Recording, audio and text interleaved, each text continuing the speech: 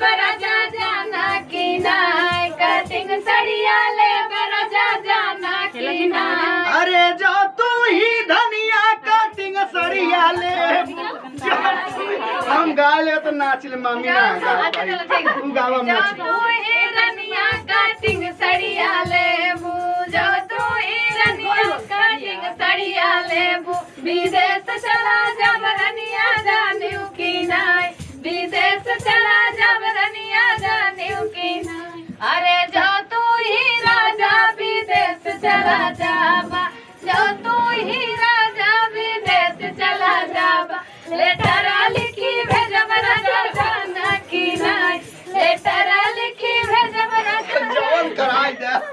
अरे जो तू ही रानी लेटर लिखी भेजबू जो तू ही रानी लेटर लिखी भेजबू बगल होई जवरनिया जाने की नाय बगल होई जवरनिया जाने की नाय।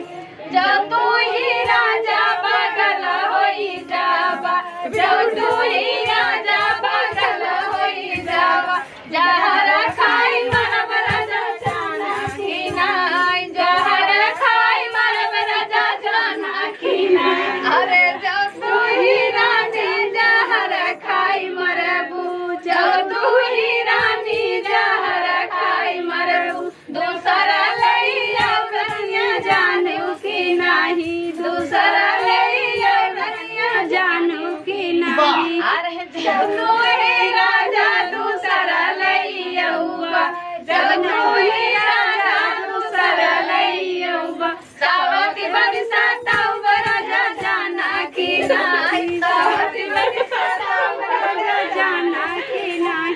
अरे जो तू ही रानी सावती बनी सजैबू जब तू ही रानी सावती बनी सजैबू गया बैठल रनिया जानू की नाही गया बैठल रनिया जानू की नाही। अरे जो तू ही रानी गया बैठल तू ही राजा गया बैठल आकाश धैले बर जाऊ जाना की नाय आकाश धैले बर जाऊ जाना की नाय कटिंग सड़िया ले बर जाना की नाय।